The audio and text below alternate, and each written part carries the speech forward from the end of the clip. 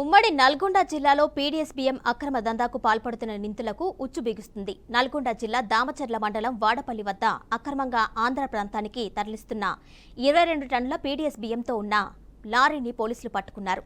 పెద్ద ఎత్తున రేషన్ బియ్యం అక్రమ రవాణా బట్టబయలు కావడంతో జిల్లా పౌర సరఫరాల అధికారులు తనిఖీలు ముమ్మరం చేశారు.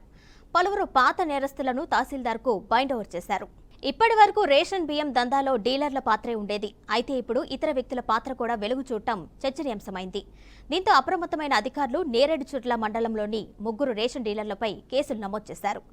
మేడారం డీలర్ కర్ణం పాండేతో పాటు పెంచికల్ దిన్నే డీలర్లు కోన సత్యం, మిట్ర రాజేశ్వరులను అదుపులోకి తీసుకుని విచారిస్తున్నారు.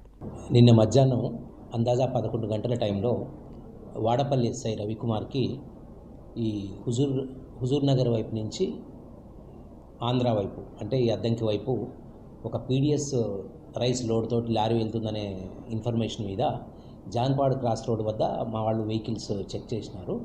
దాంట్లో ఒక లారీ అక్కడ ఉన్నటువంటి పోలీస్ సిబ్బందికి దొరకకుండా బ్యారికేడ్లను గుద్దుకొని వెళ్ళిపోవడం జరిగింది.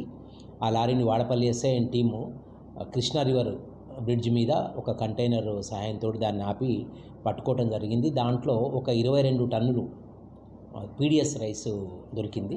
ఆ డ్రైవర్ ఇచ్చినటువంటి సమాచారంతో ఫర్దర్ ఇన్వెస్టిగేషన్లో ఇదంతా కూడా హుజూర్ నగర్లో MLAs point mandal level stock point నుంచి వచ్చినట్టు తెలిసింది.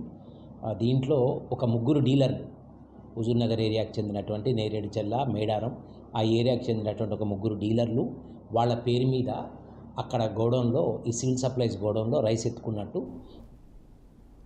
హుజూర్ నగర్ పౌర సరఫరాల గోదాం నుండి నేరుగా వాడపల్లి చెక్పోస్ట్ దాటించి గుంటూరు జిల్లాలో రేషన్ బియ్యం విక్రయించేందుకు నిందితులు ప్లాన్ చేసినట్లు పోలీసులు వెల్లడించారు.